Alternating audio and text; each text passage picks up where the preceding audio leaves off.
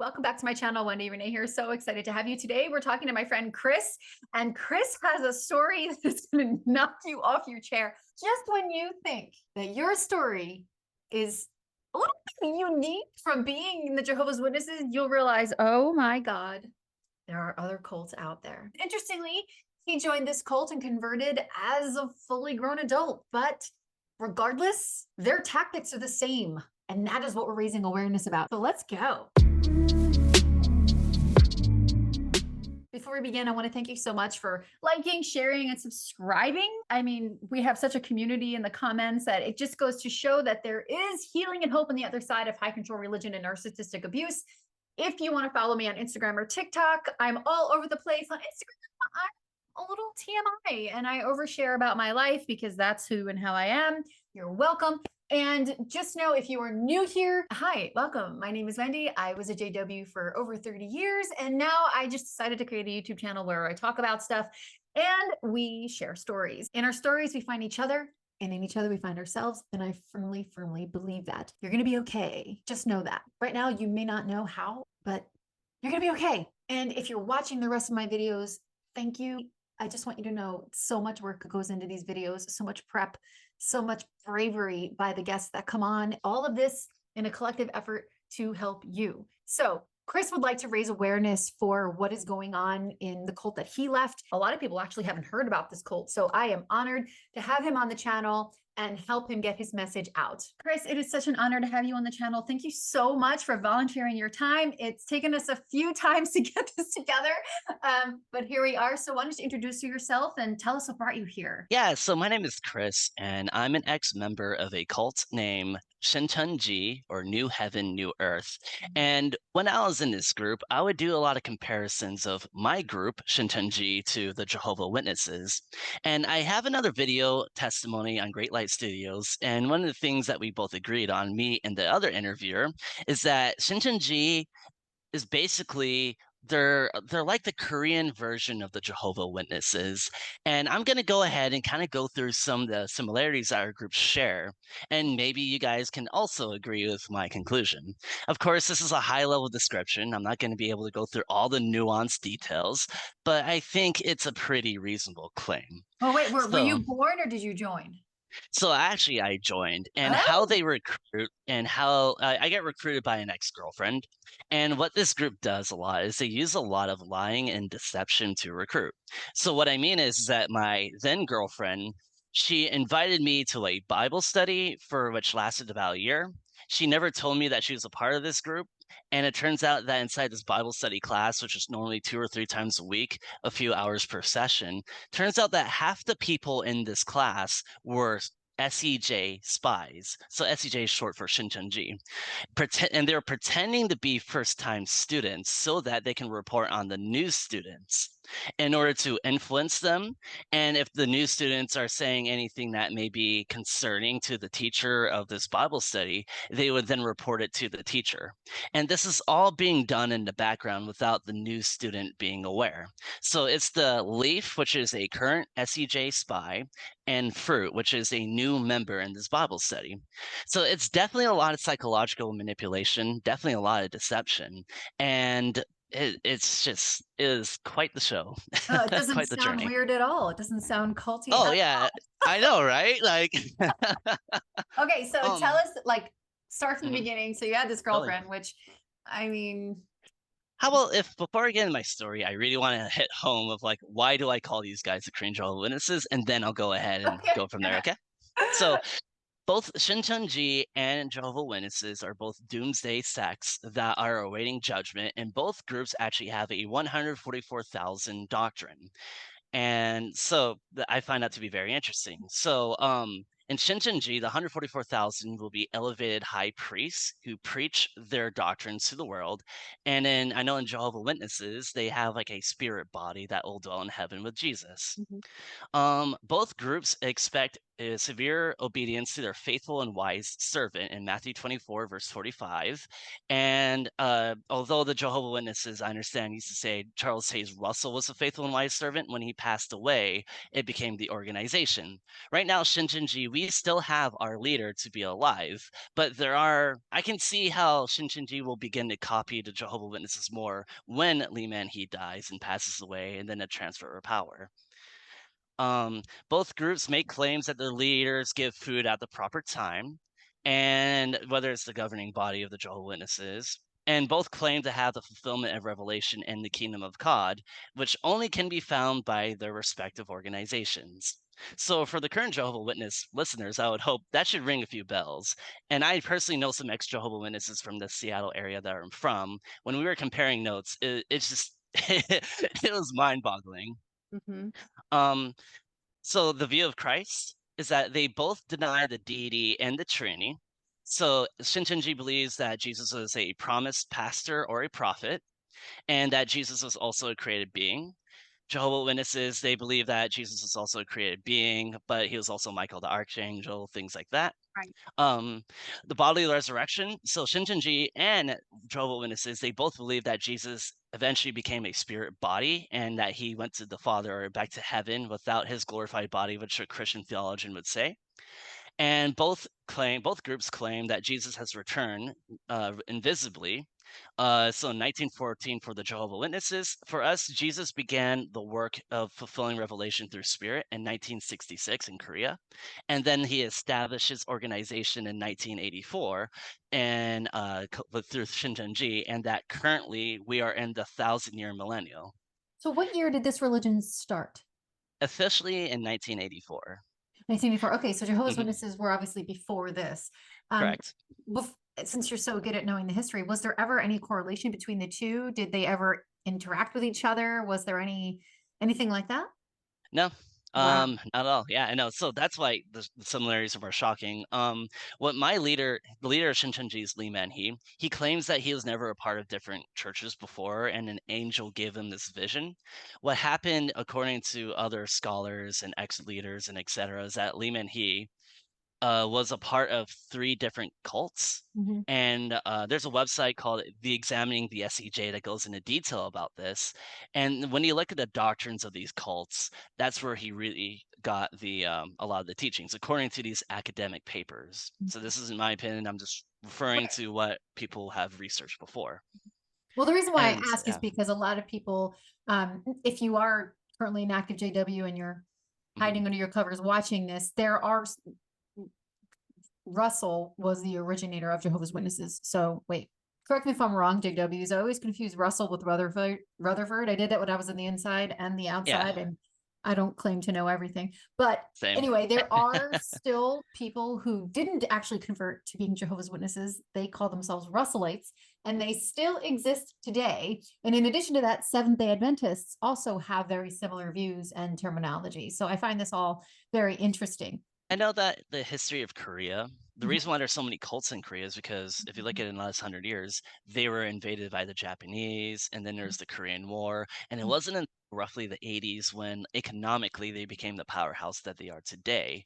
So, and Christianity in Korea was always flourished. I believe they had like a 7 Day Adventist there as well. There's another cult named World Mission Society Church of God that grew out of the Seventh Day Adventists, and that's a whole nother story as well. But like, so there was influence. Mhm. I mean, I'm sure someone down the grapevine heard about the Jehovah Witnesses, faithful and wise servant, Matthew 25, verse 24, verse 45, things like that. Because, like, again, when I compare notes with my XJW friends, it still just blows my Oh, mind every yeah. day. Now Yeah, you mentioned that your leader is still alive. So does the doctrine change? Do they change the rules sometimes? Or is absolutely. that where, So, because I don't know if you would compare your ruler to the governing body. Is that what you said? Or if you compare it to, I mean, the mm, governing body compares themselves to Jesus at this point. So uh right, like, so we do not believe that Lehman, he is Jesus. mhm. He never directly says it, but a lot of members do believe, or at least from my experience and previous ex-members, that Lee Man he's immortal, but they are kind of starting to change their tune where they're starting to say like even if he dies, I'll still believe. And there's a lot of problems with that as well. And Even if he goes to um jail, they'll still believe. I yeah, mean, actually he did go to jail because oh, we so the story behind that is that we spread COVID in Korea. We were patient 31, that same group, and he actually did go to jail because of obstruction, and he is found now guilty of obstruction of anything with COVID, right. but he was found guilty of embezzlement of a couple $1 million to build his peace palace. Oh, no big deal. No big deal. Yeah, just a couple And million. Yeah, Warren Jeffs, also uh, from the Latter-day Saints, he's mhm. in jail too, and people still follow him, still believe him, Oh, I still believe it. for him. Yeah, because they view it like it's persecution, right? Like, oh, Persecution complex. That's what the yeah, James do. yeah. Yes. So it's just like, and also funny enough, both Shincheonji and the Jehovah Witnesses, you can't listen to the apostates. Nope. There are dogs that return to their own vomit. All these other things. We use the same verses, and for me, even just talking about my experience, apparently I'm committing blasphemy against the Holy Spirit.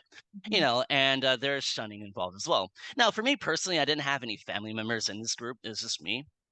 So, like, when I left and I got, like, excommunicated, basically, it wasn't as effective. I mean, it still made me grieve that I lost these friends who I once considered to be my family, but thankfully, my parents were never a part of this, and neither were my brother and sisters, etc. So, I I got mean, that lucky. is a silver lining, but what led to your wake up? I mean, and was Oh, it yeah. and how long was this chunk of time?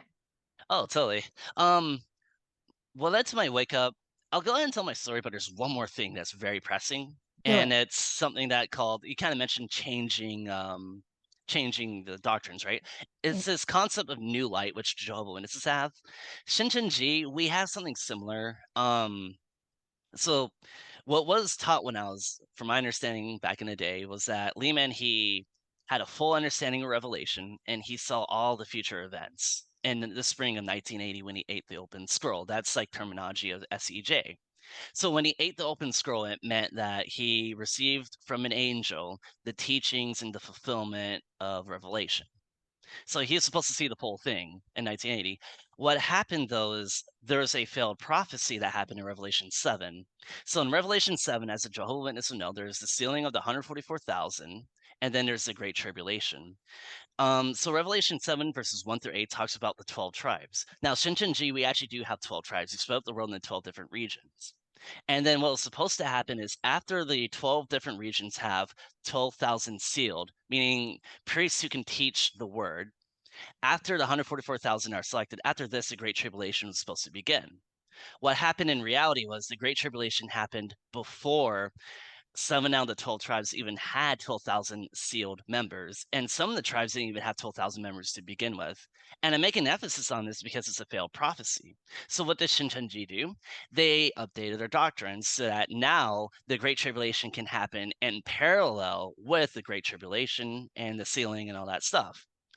And they say that now Lee Man-hee is continuously being fed the scroll, just like how there's a new light for the Jehovah Witnesses of like, hey, things didn't work out like in 1925. You guys had the end of the world prediction. Oh, that was just a misunderstanding. Satan planted that seed in your mind or whatever.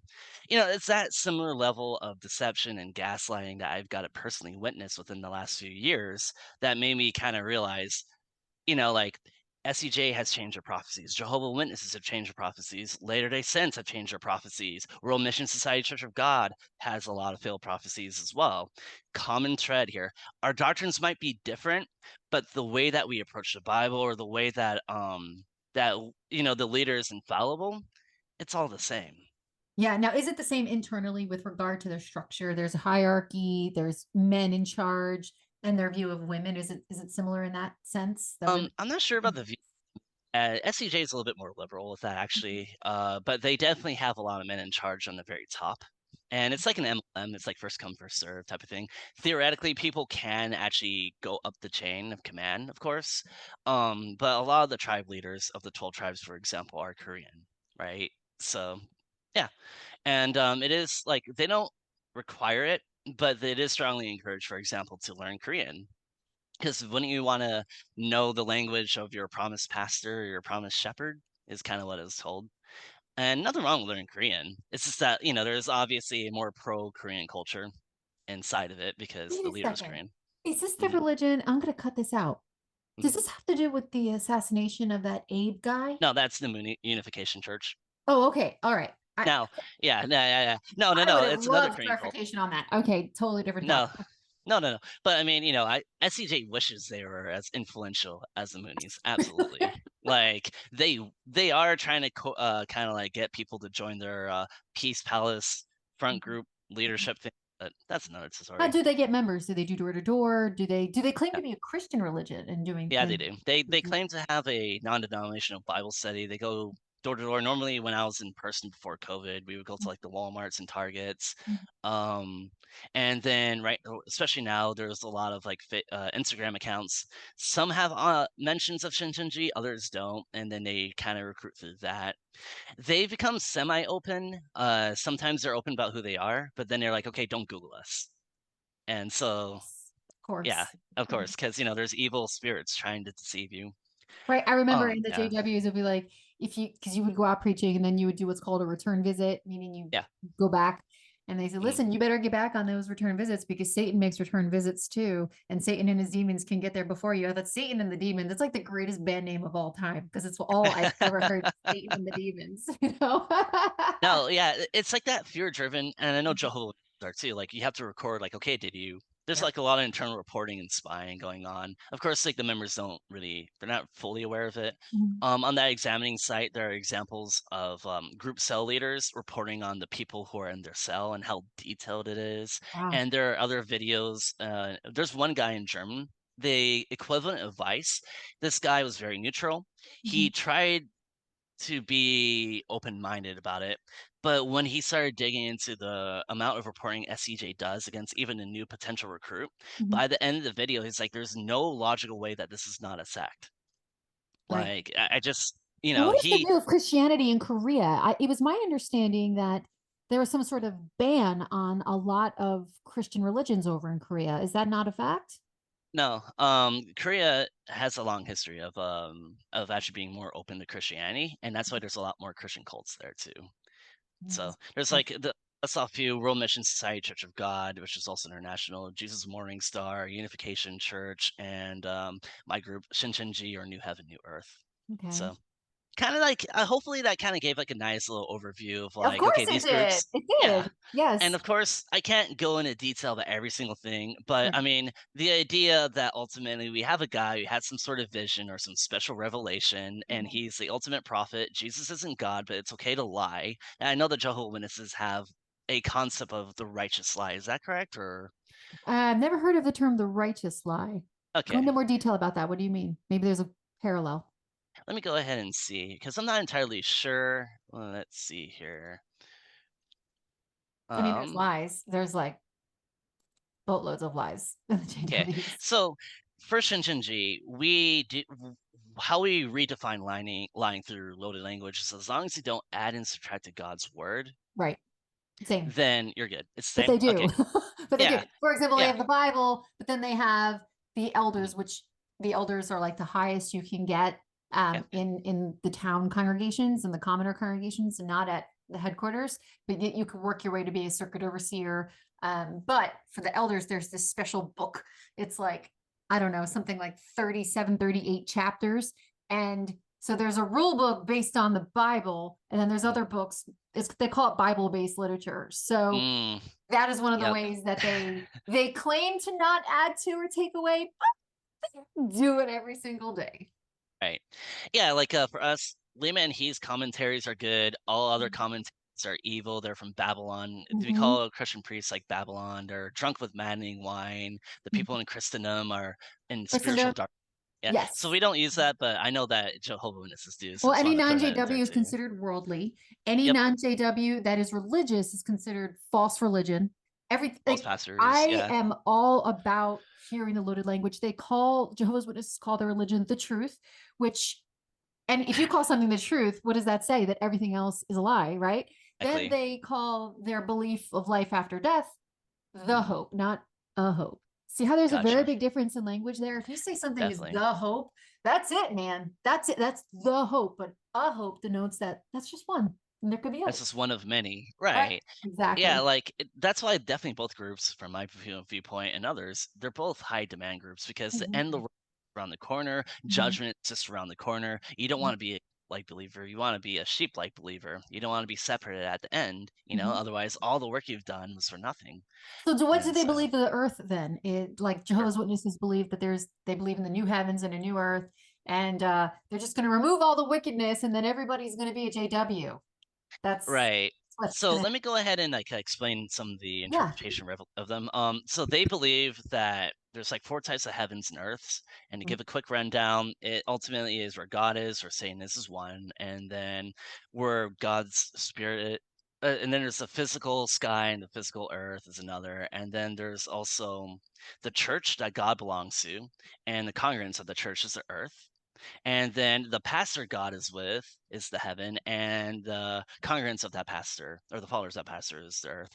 So when you say new heaven and earth, we really mean basically the new church. And what Shincheonji believes is that there's a cycle in the Bible of betrayal, destruction, salvation, and that God would go through the cycle of selecting a new pastor and his people would turn away.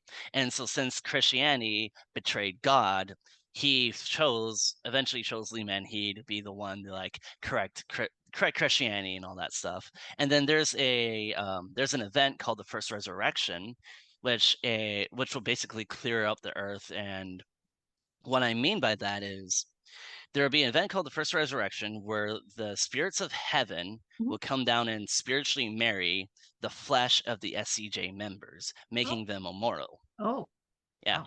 So just like the Jehovah Witnesses, like they thought like, hey, there's a generation that won't pass away. There's a Right. lot of parallels between that too. Mhm. And I know that the Jehovah Witnesses in the 30s or 40s said, oh yeah, we have to fill 144,000. That's right. Shincheonji is working on it. And this year they don't have it, but they will eventually. Or at Mhm. least from my understanding, they don't have it yet. Mhm. But Clear as mud. again, Clear as exactly. clear as mud. So you have your 144,000. JWs have their 144,000. Yeah. I It's mean, absolutely heaven right. seems like it's gonna be a fun place, man, with all these people Absolutely. think that they're the 144,000 kind of blows my mind a little bit. I didn't think about it when I was in there, but it's like, you mean throughout all of history, Right. I mean, before JWs even existed, before SCJ, only Hmm. 144,000 humans, and 8 of Yeah. them are the Jehovah's Witness leaders. Right. And then on top of that too, like they used to say it was only 144,000, and there's Right. like, nope, just kidding. Everybody, including the Great Multitude White, is immortal as well. What I find And funny is yeah, that in the JWs, the 144,000 are going to be ruling as priests in heaven over the earth, where just common peasants like you and me, hmm, that's where we go. And it's like, yeah, I don't know how it is with SEJ, but with uh, JWs, it's like, how do you know that you're of the anointed? right. Remember when you go to a wedding, Hmm. do you have to question whether or not you're the bride? That's how you know. They just Right. go, and you're not allowed to question them. You can't question someone of the anointed. So So for yeah, us, we actually had tests because it was based off of knowledge, and there would be tests and how many people we recruit. Like there's different metrics, but one of them is like in this group, there's a test every other week, and that that does sounds like actually influence. Scientology, you have to Interesting. test to get up really high. Oh, and by tests, I mean like tests on their doctrines, not Right, like like yeah, literal yeah, yeah, tests. yeah, like literal tests, like handwritten Yeah, tests. Yeah, Scientology has to do that. You have to pass the interesting. I didn't know exams. that. Oh Huh. yeah, I can hook you up with a It'll be ex-Scientologist. an interesting Yeah, conversation to have. fascinating. Um, but yeah, no. So now that I kind of like, I just wanted to lay the groundwork of why I call these Yeah. guys the Korean Jehovah Witnesses before I get into my story, because yeah. Jehovah's Witnesses. But what if there are Korean Jehovah's Witnesses? I Oh, don't they totally know. are. I They should look totally into have to that. be. Oh, there totally is. But it's just like I mean, I wonder how they because I'm sure the Korean Jehovah's Witnesses, the actual ones, are fully aware of Shincheonji since Shincheonji accidentally spread COVID back in 2020. It wasn't on purpose, it wasn't intentional, but it was through Patient 31, a super spreader event happened in I believe Dago, where there was mandatory service and then it spread throughout the churches and Yeah, I a had lot of no people were idea about angry. this. I live a life Right. of not knowing much. No, it's okay. I mean, I've been exposed to this because I was in Shincheonji when this was Mhm. happening, but I'm Right. also kind of more aware of the Korean cult world because I got burned by them, right? Yeah. And I mean, the average person, of course, I don't expect them to know about this because, like, it's still a smaller cult, you know? Mhm. How many But I people do think, worldwide are in it? Do we know? last time I checked, about 250,000. Oh, it is small. Yeah. Yeah. They're You know, claiming that Scientology is small too. Jehovah's Witnesses, which we don't know how accurate these numbers are, but they claim to be about 8 million worldwide. That number has been the same for years. So I don't know how accurate it is because they aren't accurate in their reporting. But Scientology, I think Leah Remini just mentioned that there's something, give or take, like 250,000 worldwide Scientologists. That's it. And Jehovah's they, Witnesses are just yeah. dominating the cult world. Yeah, I mean, definitely take it with a grain of salt. I agree. Because I remember 2019, we had a claim of like, oh, we had 100,000 graduation people graduating into our group, right? However, that's been debunked by other ex leaders or teachers who left the group.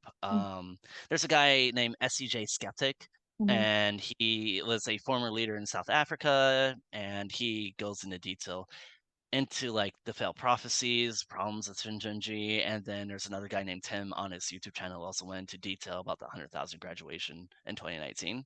They're making the claim that they got another 100,000 graduation this year, but I mean, this is a group that has a long history of using deceptive tactics, Of course. so take it with a grain of salt. Of Do I think course. that? Yeah, I mean, I think they're growing, sure, Mhm. but I mean, they're going to claim, oh, this is a great multitude in white, and it's like, I mean, when I compare the history of Jehovah Witnesses and Shincheonji, there's a lot of parallels where I can almost kind of predict what the next steps are. So it definitely helped kept me more grounded based in reality, And you know? interesting, you ask Jehovah's Witnesses, the more parallel religion is Mormonism. We call them our cousins because they Yeah, have very similar views, especially purity culture is a big one in JWs. interesting. Well, most Christianity Yeah, is a real big one, but yeah, the damnation is collectively that is common throughout all of them. yeah. The fire and brimstone mentality that you're going to die. Hmm. So yeah, now I'm interested in your story, how you got sucked in, how you woke up. Yeah. Okay, so let's go ahead and start from the beginning. So it's 2018. I meet this girl on a dating app, and we started dating for a few months, and no red flags. I noticed that she's busy, but I'm a busy guy too. Mhm, So because of that, I find that as a green flag. Hey, you may be busy, but she's making time for me. mhm, She's doing her own thing. I'm doing my own thing. We're both at peace with ourselves, and that type of thing. Um, Around August of 2018, she invites me to this Bible study, and she said like, "Hey, I got invited by a friend, and there's a teacher who is up here in Seattle. Maybe we could all meet up for coffee, and let's go ahead and start the Bible study." I was like, "You know what? Sure, why not?" So I joined this Bible study between me, my then girlfriend, and the teacher in the greater Seattle area. And at first, it wasn't really anything too out of the ordinary. What they kind of teach about at first is like the secrets of the kingdom of heaven, and that the Bible, there are parables that we need to know and understand.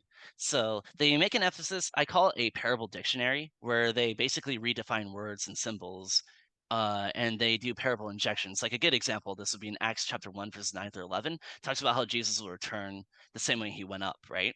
And so, since there's a cloud there, they do a parable injection of redefining what cloud is, meaning mhm. it's the invisible spiritual world. So, since Jesus was hidden away in a cloud, therefore he returns in spirit. Oh, That's an example. that whole Jesus carried on a cloud. The JWs Yeah, put a whole article out on that. Quick yeah, question. I sure. want you to continue. Do they use a Mhm. King James version or do they have their own Bible? They use from my experience and others, it's a 1984 NIV because that's when our group started too. Got it. Okay. Yeah, we actually don't ever really use from my experience and the experience of others, they never really got into like the original language of Greek. I remember they would like go into Chinese and Korean, sometimes to like do a dissection of like a text. Mhm. And I know Jehovah Witnesses, didn't you guys like rewrite the Bible, the Greek Bible, because it wasn't, Yeah. yeah, But they like, we took out the these and the thous and we made it more understandable. yeah, That's sure. they call it the Uh-huh. New World Translation. Apparently, Jesus is American and Yeah. English is the dominant language in Yeah. heaven. Yeah. Because like this is something I do respect even today. The scholars who do go back to the Greek that Right. their Bibles translate from, and when you do that, I can see where the Christians got a lot of their doctrines from. Mhm. Dr. James White does a good job with that. So going Interesting. back, going back to it, so they make an emphasis on the parables, and they're like, "Hey, what does this mean? What does this symbolic gesture mean, et cetera, et cetera?" And I'm thinking to myself, okay, well, nothing really out of the ordinary. This is they were kind of focused on mainstream Christian topics as well, so nothing really too bad. So the teacher invites me and my then girlfriend to a Bible study in a place, about an hour south of where I'm living at. And I'm like, okay, sure. So I'm pretty dedicated. I'm kind of interested. I'm fascinated. Got me hooked in. They don't tell me this. They don't tell me their actual name. they may have given me like a front group name or something like that, and so when I looked it up, I couldn't find anything. But because of the fact that my girlfriend was the one inviting me to this, I was like, "Hey, it's a Bible study. What's the worst that can happen?" Right. Ah, famous last words. So, oh man, good man. All the red flags are there, but I was just very You naive and don't just you being don't like, see them. I mean, this is every relationship, I mean, "Oh, totally, relationships are a cult in and of themselves. I ended up in an MLM, you just were yeah." suckers sometimes. Okay. Because it's someone that like you're vulnerable with. You're Yeah. someone that you think you can trust, and Mhm. so Well, they so hit me your and her, pain points. That's what yeah, they exactly. yeah. Like, they got my point of like, "Hey, I want a romantic relationship." Sure, Mhm. I think that's pretty normal. Mhm. So halfway through this class, 6 months in, me and my then girlfriend, we break up, and so she steps down from the class, and there's someone else who steps in, and I was like, "Okay, that's kinda weird how he coincidentally stepped in right when my then girlfriend and I break up," but I just kinda carry on. And then another 6 months pass by, so it's October 2019, and this is where it gets sinister. So, like I said earlier, it turns out that half the people in this class were already SCJ members. And that's when they reveal, oh, by the way, this is who we actually are. We're Shincheonji. And throughout the entire year, they really make sure don't Google us. The internet's a tree of knowledge of good and evil. If you do this, then you're going to go to hell. And very early on, they talk about how Satan's trying to steal away your seed so that you can enter heaven. You don't want to. You don't want to like go to hell, do you? So they do repeat that throughout the year, and it's like phobia indoctrination is kind of what I heard Now, or learned before this, about. did you have any religious background I at was all? Anything? Yes. Yeah. Okay. Um, I grew up very religious in a very Christian household, and then I kind of became more agnostic. And I see. then through this, I was like, you know what? I'm down to study the Bible again. Sure. Yeah, so there was a sense of familiarity there. Maybe a little Exactly. nostalgia, emotional control. Exactly. No, you hit the nail on the head. Mhm. And the worst part about this too is not only were these people reporting on me, lying to me about their affiliation, because they would throw tests at us. We had like a 300 questionnaire on the Book of Revelation that we had to get at least a 90% or above on in order to enter and graduate into this church. So you get really close to these guys, and you would spend a lot of time studying with them. And it turns out that some of the people who I thought were my brothers and sisters were lying to me about my ex-girlfriend. And it turns out that my ex-girlfriend was a part of this cult before the class even began. So my entire relationship with her, like, she was lying to me about that. So you can imagine the betrayal of trust through that. And yeah. You were just a recruit. So I think it was more of a byproduct of our relationship. I don't think that she only dated me just to like recruit me. I don't think that's true. Okay. But like it definitely gives off that impression. And I mean, I'm not mad. I understand why she did what she did because she was trying to save me, from like hell, right? And she was a victim in herself too. I mean, she's a victim of indoctrination herself as well. So I'm not mad at her. I get where she's coming from, but I am more, I guess, disturbed that there's a church which claims to be the final representation of God and Jesus, and yet they allow this sort of recruitment to happen.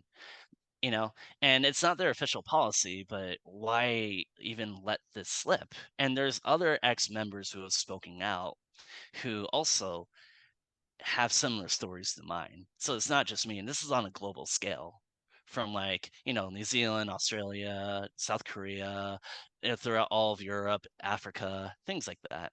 So, So you got your heart broken on top of being roped into a cult and lied to. I'm sorry. yeah.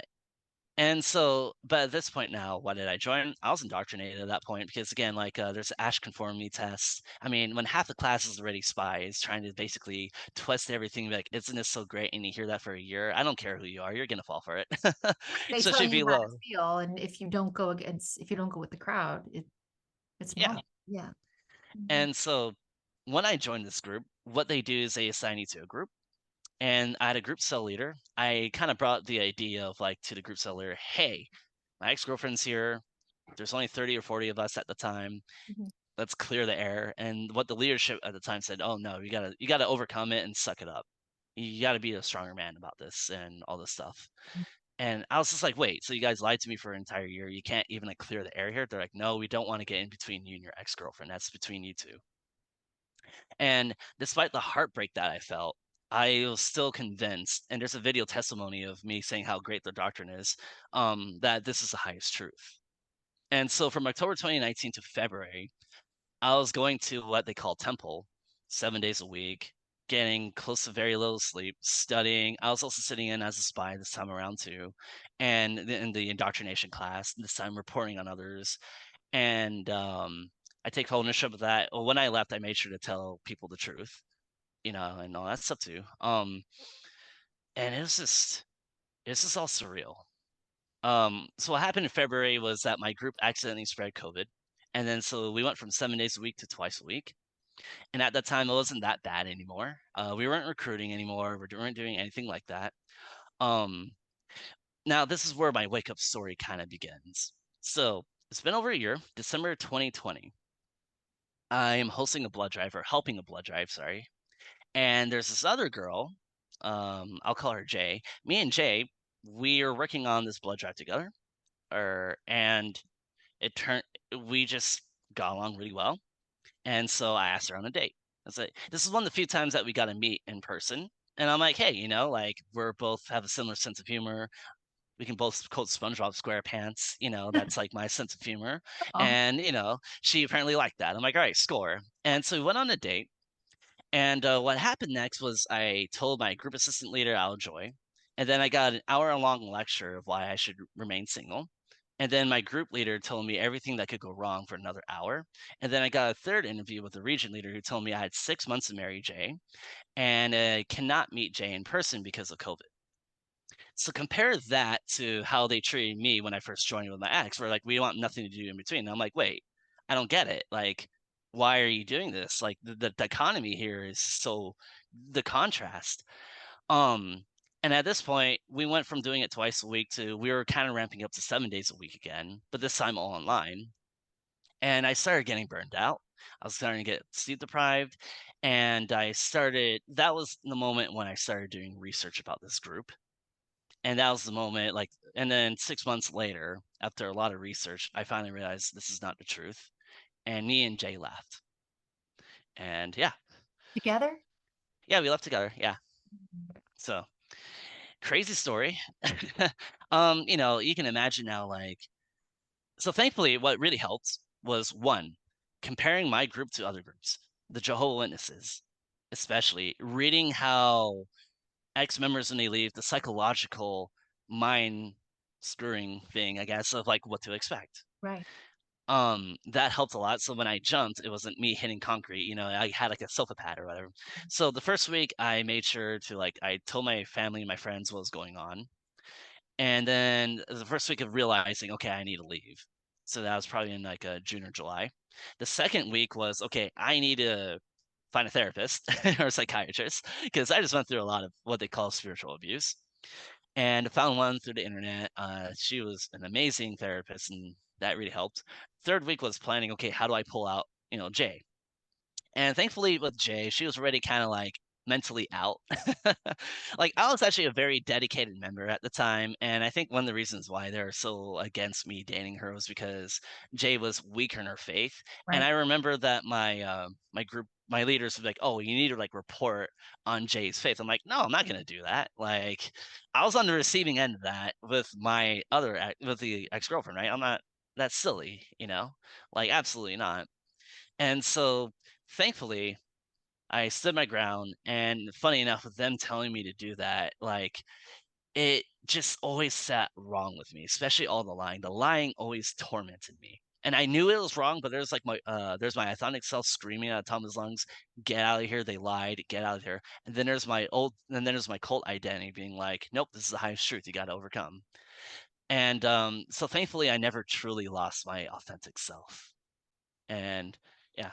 And then when you start questioning it Mm. they program you to think that it's a lack of faith on your part, that you're doing something wrong, that you aren't reading enough, you aren't studying enough, you're not enough, and that you need their group in order to attain whatever it is, whether it's salvation or to be looked at favorably in God's eyes. Like you need to do these things when the Mhm. whole basis of religion, I don't know where you are in your faith journey now, but the whole basis of, let's say, God as the interventionist on humans, the whole basis is that God is love, Yeah. right? So he doesn't, from my understanding of what God actually is, if he existed, which I don't know, it would not have to go through that rigorous list. In fact, Jesus came and rebuked those religious leaders and those politicians who were enforcing those rules on regular people.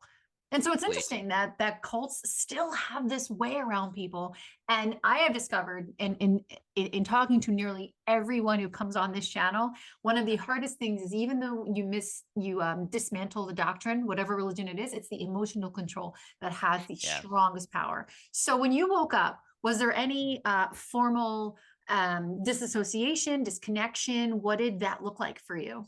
I just disappeared. I did not even want to bother talking to them because I already knew that they wouldn't listen to me. Mm-hmm. Because I changed my phone number. I blocked them. I'm like, I don't Wow. want anything to do with you guys. And thankfully it was online. But I mean, there's still a lot of paranoia. Sure. Absolutely. Yeah. And first month was rough. A few things, other call-outs I want to do is like when I was in this group for the roughly 3 years, including the 1 year of indoctrination, I was living with other roommates, and my other roommates, they would just make small comments. They were respectful, and they're like, "Hey, Chris, you're spending a lot of time with this group. Hey, Chris, do you ever sleep? Hey, Chris, what happened to your career? It's great that you want to serve God, but hey, you know what? Come out of your room, get out of Zoom, play a board game with us. We're gonna get some bomb Chinese food, whatever." We actually had hot pot. We would make it at the house, and that was like their way of tugging me out and being Mhm. like. And then I just remember one of my thoughts that I caught when I was in was, man, I was always so much happier not being rebuked for not being holy enough or whatever, or not having enough knowledge. Yeah. Because there's an early church heresy, as they say, called the Gnostics, which really focus on secret knowledge. And I'm like, oh, okay, yeah, that's kind of like it's like a Gnostic-esque way of oh, you got to have this secret knowledge that only I have, Right. and Right. yeah, And there is this yeah, this human fascination with fully being in the inner circle and right, being included and being welcomed. And it goes back to this basic human need for community. And cults right, capitalize on that. hmm They make themselves available to the loneliest and most vulnerable people. I mean, there's money cults, financial cults, religious cults, political cults, sports cults, family cults, they're everywhere. And what I find fascinating about your story is it was just a small period of time in your life and had such deep impact, how absolutely, indoctrination works. And if you're listening to this as someone who was born and raised, look at Chris's example of just having a small window of time, a huge chunk of his life, but a small window of time that deeply impacted him. Like yeah, this is the power of indoctrination, and you woke up to it. exactly. And so I would just say that and that's why I'm not angry at the people. I'm hurt. Absolutely. There's a Yeah, difference, of course. yeah, And sometimes my anger comes out hurt. But it's more along the lines just okay, well, what can I do now? And how am I moving forward? And how mhm, am I healing? yeah, Um I did do a good job, I found some people who were willing to help me kind of dismantle a lot of their doctrines and stuff like that too. The examining the SCJ site's good. There's a subreddit r/Shincheonji that's really good. The cult, according to ex-leaders, owns and operate the, ex-members website, so ex-Shincheonji, and I know Scientology, they do kinda something similar too. mhm, So if you Google Shincheonji, if you manage to spell that, and then, you go on ex-Shincheonji or ex-Korean Jews, whatever, that's owned by them, and, yeah, it was just weird. what does And life so look like for you now since you left? You just said that's it and walked away, but you said you got into counseling, but there had to be this period of time where you looked back and thought, wow, what was yeah. that? Oh, man. The first month was hard. Mm, I'm not gonna lie. mm, Like, it was hard because it's like, "Oh, no, what if they're right?" mhm. But what really helped grounded me was, writing down the lessons or the reasons why I knew they were wrong. Mhm. Funny enough, from a theological point of view, every single verse in the Bible in the New Testament that talks about what a false prophet would do, the Right. lying, deception, they fit the bill. Mm. And so I would just go to those verses and ask myself, okay, how was I recruited? Oh yeah, I was recruited through secrecy and deception. Second Peter chapter 2 talks about that, right? So theologically I knew that okay, they're wrong. Psychologically, there's Stephen Hassan's bite model, which I'm Mhm. sure you're all familiar with. All ex-cult members are, I'm sure. And Yeah. that was a great way of measuring, okay, when does a religion or any belief system go from healthy to unhealthy? I was lucky and I'm very grateful that even though I was so busy, I always made time for my friends and my family. And so I had a group of friends to fall back on, and also had, Jay. Now, did Jay and I work out? No. However, I am glad that me and her, we went through that experience together and that I had a natural relationship with her instead of, okay, I'm going to marry you in 6 months on the dot. Like that, I can only imagine how much worse that would have been. And, so where I'm at right now is like, I'm just taking it one day at a time, one step at a time, and kind of addressing maybe some theological questions, maybe addressing some goals I've wanted. Like, I've been taking care of my physical health a lot more now, and I've been setting myself goals career wise, physically wise, and even spiritually as well. And yeah, and hopefully, my video testimonies or whatever will help other people too.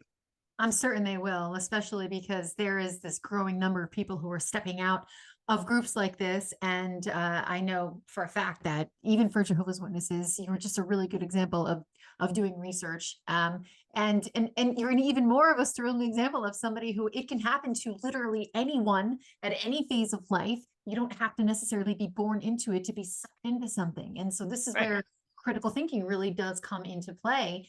Not only that, but how powerful these groups are in their tactics. So if you can speak to a younger Chris in the audience, Chris, maybe 2017, what would you say to him? All I right. mean, Don't other join than random stay Bible single. No, studies. I'm just kidding. I know, right? Like, avoid that specific. No. Oh God. I think avoid. I mean, don't join random Bible studies. Funny enough, like Mm. okay, whether or not people believe in God or not, there's a reason why you have a gut instinct. Like, yes, you shouldn't fully rely on it, but if something feels off, let that kick off research. And yeah, that's it. That would be a big one. And like, be patient with yourself. It's okay. We all make mistakes. This is something I've also learned. Be patient with yourself. Learn how to think before you speak. That's something I kind of learned. And just keep moving forward. Like, I definitely do dwell on what happened, of course, like any normal human being would. But I mean, there's a point where I got to move on in my life, and this is helping. Speaking out in other forms of media helps too. Um, and definitely see the value of family and friends. You know, Community. Yeah. exactly. It's true that the more we tell the story, this is why I do this. The more we talk about it, the more guests talk about it, the more you hear yourself reaffirm this happened. This Yeah, actually happened. I'm not crazy. You're reaffirming to yourself and you're yeah, standing in your story and owning it. And I find that that's very refreshing for yeah. you. So thank you so much for coming on here. So based on your experience, what are some takeaways you have for the Jehovah's Witnesses in the audience and other members of other cults that they're in leaving or in the process of leaving? Okay, so what really helped me was doing comparison of notes with other cults. Mhm. So check out the Shincheonji or New Heaven, New Earth cults. Check out World Mission Society Church of God. Check out the Mormon Church as well. And you will start. And there's also the Filipinos. That was it, Iglesia de Cristo. And though, like when you start comparing notes with these other groups, you start to see a common thread. Of course, nuanced details, they're going to be different, but on a high level, you start to see the same psychological coercion.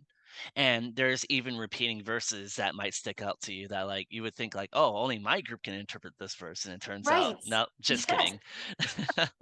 Like Well, the what's reason yeah. why I'm glad you're saying that is because one of the pinnacle moments for me was when Leah Remini did that Scientology show, and I watched it thinking, I mean, that's Scientology. They're a bunch of weirdos. I have the truth and they don't. And as I'm Mhm. watching it, I'm thinking, oh, that's oddly similar to Yeah. Jehovah's Witnesses. And so you see the similarities, and that actually does help. It opens you up to doing more research because I don't know in your experience, but in the JWs, the only exposure we had to other religions was it was just called bad. It was just called all of it was false. So you didn't really have an in-depth understanding. With the exception of Catholicism, because Jehovah's Witnesses love to beat up the Catholics. So for some reason, it was their thing. So I really Yeah. appreciate that you're saying that. No, and to kind of piggyback off of that too, we Yeah. would call like any commentaries outside of Shincheonji's or Lee Man-hee's commentary, maddening wine, false prophets, false Mhm. idols, idolatry, food sacrifice to idols, all Mhm. this other stuff been referenced through their commentaries. Mhm. So we essentially have information control where it's like it's only through us that you can have the proper food at the right Right. time, Right. and any criticism is always, slander. And no, don't worry, we'll read it for you, is what they'll say. And Mhm. it's just a bunch of nonsense. It's like, no, no, there's a lot of good counter arguments to SEJ. However, a lot of times well, from my experience with SEJ, was that they would kind of strawman a lot of the Christian arguments. Mhm. And so when I started doing more research with even mainstream Christians, with like Pastor Mike Winger or Dr. James White, and I started listening to what their arguments were, I kind of realized like, no, there is an actual argument for Christianity to be made from a theological point of view. And whether or not you want to believe in that, it's up to you, like whatever. But like my point is that like, okay, instead of strawmanning your opposition, it'd be better to have the nuanced view. And that's what SCJ, from my experience, kind of does? I see. Does your leader claim to be inspired of God? I keep Um, saying your, so I apologize for that. it's okay. Does the leader of SCJ Right. claim to be inspired? Yeah, so he was appointed by Jesus in 1977 to be Okay. his worker, basically, Oh, his faithful okay. and wise servant. And then it's like a long story, I don't know. And then he started building God's kingdom sense pretty much, and he So if officially he were to come established in out and 84. say, I'm sorry, if Yeah. he were to come out and say, I'm not inspired, I have a reason where I'm going with this. If he were to come out and say, I'm not inspired, do you think people would still believe? That he's not inspired? Mhm. Hmm. I think people will still believe, yeah. In Yeah. 2016, Jehovah's Witnesses came out with an article. I'll link that in the subscription in the Mhm. description. I keep saying subscription, it's JW thinking. In 2016, JWs came out with an article, and it was Mhm. one of the Sunday discussion articles saying that the governing body is neither inspired nor infallible. This was a Mm, big wake up moment for people. mm. So throughout our life as a JW, we thought that they were inspired. It was like, oh, the governing body. Oh, okay, God. Yep. Write this down. Write this down. Like you literally thought they were Okay. God's only channel. That was the words that they used. 2016, they came out with this article saying the governing body is neither inspired nor infallible. And yet, despite that fact, Yeah. people still think that they need the governing body to read for them, to digest the Bible for them, when the whole time, like Wizard of Oz, you had the Mhm. power all along. So I find it fascinating that as humans, when we join these cults, or if we're born into them, whatever, we think that we can't digest this information on our own. It's fascinating to me. That is, and I mean, right now, like, Lehman, he has the ultimate word because he has the highest truth Mhm. because he has direct access to God and Jesus and all this other stuff, Wow. So right? he claims to. Wow. Yeah, that's a better way of saying that. Like, that God and Jesus is working through him, the servant, and then he's giving the food to the servants, which Sure. is the rest of us. Sure. So, yeah, That's fun. so oh, dude, I know it's just I know. Now imagine now, like me being in my group, listening to XJW testimonies, and I'm just like, wait, are we talking about the same group? Like, Right. hold up, what? Exactly. Yeah. Like, it's like, oh man, I mean, again, nuances are different. Yes, Right. like we have a different interpretation of Same shit. Revelation, Yes. but like by the end of the day, it's like, oh, this is another fun thing. Shincheonji claims to be the only group who can like interpret Revelation verse by verse. Jehovah Witnesses can. Every Mhm. other group, John MacArthur is a mainstream pastor. There's a guy named Ladd who could also do it, and he's a mainstream commentary. They Mhm. also claim to be like we're the only group that has 12 tribes. There's a cult out there literally called the 12 tribes. Yeah, and then they're like, what they're going to do in the near future when they finally select the 144,000, they're like, we're the only group that has 144,000. I'm like, well, Jehovah's Witnesses beat you, since the 30s and 40s. So, Yeah, and I mentioned God up there. If God is real, they'd be like, listen, uh, is this thing on? You're all wrong. All of you. You're all wrong. right, like, and so having this information, it's just like, okay, you guys aren't really that special. Hate to break it to Right. you. And then like right now, Lehman, he's doing a lot of peace work and stuff like that. The Moonies or Unification Church, they Right. do a lot of peace work as well. and they have a lot more influence in the GOP in the US, for example, where Donald Trump did like a peace talk, a peace rally, and is in the Unification Moody's Peace Palace or whatever it's called. Mooney's is where Steve Hassan originated from. That's where he came out and Exactly. realized. So, I mean, the fact that I would say that Korean cults are definitely an interesting breed. Wow. And we don't get as much coverage because, we're not as relevant in the West, obviously, as other groups like JWs. But I can see SCJ, I can see World Mission Society, for example, really growing and becoming the next pair. Mormonisms and Jehovah Witnesses and all that stuff too. Well, not if we have something to say about it. I mean, and hey, my viewpoint is this, like, whether they grow or not, I'm just gonna lay out the information I have, go on some Mhm, podcasts, be like, here are mhm, the facts. Yeah, if you want to double mhm, check me, pick up. And mhm. it is what it is. Man, we So are so thankful. I say we like it's a group of people, but I think I speak for our audience. I mean, we when we say that. Thank you yeah, so much for your testimony, for yeah, your story, and for your raw experience with everything that you went through. I'm sure so many people can relate to this.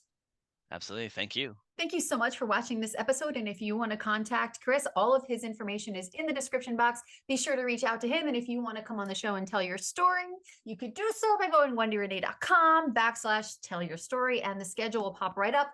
Thank you so much for watching. And as always, I'll see you next time.